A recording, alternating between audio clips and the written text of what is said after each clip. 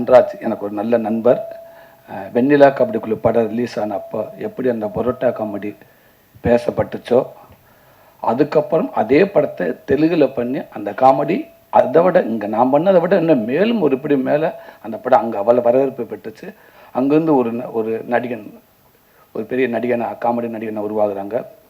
அப்போ எனக்கு ஃபோன் பண்ணி உங்கள் சீன் பண்ணது நான் தான் அப்படின்னு எனக்கு அவரே என்னோட நம்பர் வாங்கி ஃபோன் பண்ணி பேசினார்.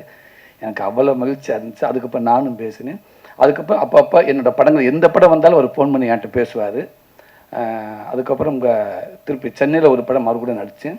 அப்புறம் எங்கள் அண்ணன் கனியன் இயக்கத்தில் நிமிர்ந்த நெல் படத்தில் வந்து அவர் நடித்தார். ஸோ 2 பேரும் மணிக்கணக்காக பேசிக்கிட்டே இருப்போம். எந்திரிக்கிறப்ப நான் பேசினது அவருக்கு புரியாது, அவர் பேசினது எனக்கும் புரியாது. அவள் 2 பேரும் கை கொடுத்துக்கிருவான். இதே மாதிரி தான் நம்ம எப்போவுமே ஃப்ரெண்ட்ஷிப்பாக இருக்கணும்னு. கண்டிப்பாக திரைவா அப்படின்னுவேன். இப்போ விடுதலை படம் ரிலீஸ் ஆனதுக்கு அப்புறம் என்கிட்ட ஒரு அரை நேரமாக பேசினாப்புல. உண்மைக்கும் மச்சான் எனக்கு புரியலை, ஆனால் இருந்தாலும் அந்த படம் இதுக்கு நேமில் சந்தோஷத்தில் நான் தேங்க்யூ டார்லிங் அரை மணி நேரம் உன்ட்டு இதவே தான் நான் சொல்லியிருப்பேன். நீ புரிஞ்சிருப்பேன். என்ற பதிலுக்கு என்னால் உன்ட்ட பேச முடியலை. எனக்கு அவ்வளோ பெருமை சந்தோஷமாக இருந்துச்சு. தேங்க்யூ நண்பா. டைரக்டர்கள்லாம் வந்து நடிகர் ஆகிட்டு இருக்கிறப்ப ஒரு நடிகர், அது காமெடி ஆக்டர் டைரக்டராக வந்திருக்கீங்க. ஒரு பெரிய விஷயம், வாழ்த்துக்கள். என்னண்டா இன்னும் நிறையா நமக்கு ஒரு பெரிய அட்வான்டேஜ் என்னண்டா, உங்களுக்கு ஒரு காமெடி நடிகன், ஒரு ஹீரோ கூட ஒரு 40 படம் பண்ணாருன்னா ஒரு காமெடி நடிகன் 150 படம் பண்ணியிருப்போம். அப்போ நிறையா டேரக்டர்கிட்ட ஒர்க் பண்ணியிருப்போம். எல்லா டேரக்டரும் கண்டிப்பாக ஏதாவது நீங்கள் எடுத்திருப்பீங்க. ஸோ அது எல்லாமே இந்த படத்தை நீங்கள் பதிவு பண்ணியிருப்பீங்க நான் நம்புகிறேன். நல்லா இருந்துச்சு. 2 லாங்குவேஜில் போட்டிருந்தாங்க. இன்னும் மலையாளம், ஹிந்தி இப்படி 4 லாங்குவேஜ் எடுத்திருந்தீங்கன்னு எப்படி எனக்கு ஒரு ஹாஃப் டே போயிருக்குன்னு நினைக்கிறேன். போய்கிட்டே இருந்துச்சு. சரி ரைட், நல்ல பாலாண்ணே இருக்கிறதுனால முடிச்சுக்கிறோம்ட்டாங்க. நான் அப்போ கூட கேட்டுங்க, தம்பிராமி அண்ணேட்டானே 2 லாங்குவேஜ் தான் பண்ணியிருக்காங்களா அப்படின்னு கேட்டேன். இல்லை தம்பி, நிறையா பண்ணியிருப்பாங்க, பாலாண்ணே இருக்கிறதுனால முடிச்சுக்கிட்டாங்கன்னு நினைக்கிறேன். 2மே சூப்பராக இருந்துச்சு. இன்னும் கொஞ்சம் பார்த்தா உண்மைக்கு நான் தெலுங்கு பேசியிருப்பேன், ஃபுல்லாக தெலுங்குலேயே தான் பேசியிருப்பேன். ரொம்ப நல்லா இருந்துச்சு. அதுவும் அப்பா பையன், பொதுவாகவே அப்பா பையனை உள்ளதை சரியான மேக்கிங் அப்படிலாம் தேவையே இல்லை. அந்த கதையை அந்த எமோஷனில் கரெக்டாக பதிவு பண்ண படங்கள் இது வரைக்கும் தோற்றது இல்லை அப்படின்னு நான் நம்புகிறேன். நிறையா படம், உதாரணத்துக்கு அண்ணன் நடித்த அப்பா படமே இருக்குது. எங்கள் அண்ணன் பாண்டியராஜன் இயக்குன கேடி பிள்ளாக்கள் அடிரங்கா இருக்கட்டும், யாரடி நீ மோகினி, முத்துக்கு முத்தாக, இப்படி நிறையா பாண்டிய நாடு, நிறையா படங்கள் இருக்குது. அப்பாவும் பையனுக்கும் அந்த எமோஷனை கண்டிப்பாக சரியாக பண்ணிட்டோம்னா அது தோற்றதே கிடையாது. அது இதுலேயும் இருக்குது. அந்த அண்ணன் அந்த அவரை ஹீரோவை போட்டு அடிக்கிறப்ப பேசுகிறப்ப உண்மைக்கு அவ்வளோ ஒரு இதாக இருக்குது, அது எமோஷனாக இருக்குது.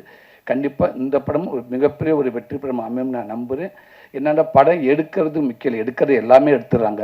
இன்றைக்கி கொண்டாந்து அந்த, அதாவது ஒரு 10 பேர் ஒரு இடத்துல இருக்கான்னா அந்த 10 பேர் 8 பேர்த்துக்கு இப்படி ஒரு படம் வரப்போகுதுன்னு தெரியப்படுத்துறதுக்கு அவ்வளோ கஷ்டமாக இருக்குது. அவங்க கிட்ட இப்படி ஒரு படம் பேரை சொன்னால் சரி, அது என்னவா, இல்லைடா படம் படாது, சரி என்ன படம், அதுக்கப்புறம் அவன்கிட்ட ஒரு அரண்மனை பேசி புரிய வச்சு, மனிதர்கள்லாம் இருப்பாங்கடா உள்ள, நல்லா நடிப்பாங்க, அப்படிலாம் புரிய வைக்க பயங்கர கஷ்டமாக இருக்குது. அப்படி இப்படின்னு சேர்க்கறது அவ்வளோ கஷ்டமாக இருக்குது. அப்படி இருக்கிறப்ப இன்னைக்கு ஒரு படத்தை எடுத்து மட்டும் இல்லாமல் இங்கேருந்து தமிழுக்கு கொண்டு வந்து அதை சரியாக அதை ப்ரொமோட் பண்ணுறக்கா யோசிச்சு, உண்மைக்கு அண்ணனுடைய சப்போர்ட்டில் அண்ணன் கொடுத்த ஐடியா கண்டிப்பாக நிறையா இருக்குன்னு நினைக்கிறேன். இன்றைக்கி இவ்வளோ இப்போ இயக்குநர்கள் பாலாண்ணன் தலைமையில் பாண்டியராஜன் இப்படி இத்தனை பேர்த்து எல்லாத்தையும் வர வச்சு இன்றைக்கி இப்படி மீடியாக்களை வர வச்சு ஒரு தமிழ் படத்துக்கு எப்படி ப்ரமோட் பண்ணணுமோ அதை அங்கேருந்து முதல் படத்துக்கு இது இவ்வளோ சிறப்பாக பண்ணியிருக்கேங்க. இந்த ஐடியாவே சூப்பர். இது ஏதோ எடுத்தோம் போனோம் அப்படின்னு இல்லாமல் உனக்கு இவ்வளோ மெனக்கடுங்க பார்த்தீங்களா. கண்டிப்பாக இந்த மெனக்கடல் தவறவே ஆகாத நம்புகிறேன். இந்த படம் பெரிய வெற்றி படம் அமையும். வாழ்த்துக்கள். ரொம்ப எங்கள் அண்ணன் கன்னி அண்ணன், உண்மைக்கு அவர் ஸ்க்ரீனில் மட்டும் இல்லை, அவருக்கு பிடிச்ச நிறையா பேர் அவர் சொல்லுவாங்க ஹீரோ தான், வெளியிலையும் அவர் ஹீரோ தான் அப்படின்னு சொல்லுவாங்க. அந்த வகையில் எனக்கும் அவர் ஹீரோ மாதிரி தான் எப்போவுமே. ஒரு சின்ன ஒரு தோண்ட நேரத்தில் ஒரு ஃபோன் பண்ணி ஒரு 2 நிமிஷம் பேசினா கூட ஒரு 1 ஹவர் ஓடிக்கிட்டே இருக்கலாம். அப்படி ஒரு எனர்ஜியான மனிதர், ரொம்ப பாசிட்டிவாக. அவர்கிட்ட நெகட்டிவாக பேசி நான் கேட்டதே கிடையாது. இன்றைக்கி நான் ஒரு நடிகனாக ஓரளவுக்கு இன்றைக்கி ஒரு மக்களுக்கு தெரிஞ்ச நடிகனாக இருக்கேன் அப்படின்னு அதில் கண்டிப்பாக கனியண்ணனுக்கும் சசி அண்ணனுக்கும் அவங்களுக்கும் பங்கு இருக்குது.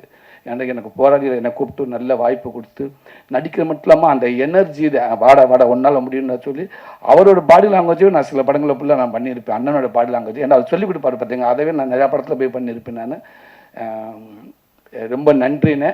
இன்றைக்கி இந்த படம் கண்டிப்பாக எப்போ உங்களுடைய எண்ணம் போல்னே உங்களுடைய பதிவுகள், உங்களுடைய பங்களிப்பு யாருக்குமே நீங்கள் குறைஞ்சி மேலே கீழே இவங்களுக்கு அவங்களுக்கு நீங்கள் விட்டு கொடுத்ததே கிடையாது.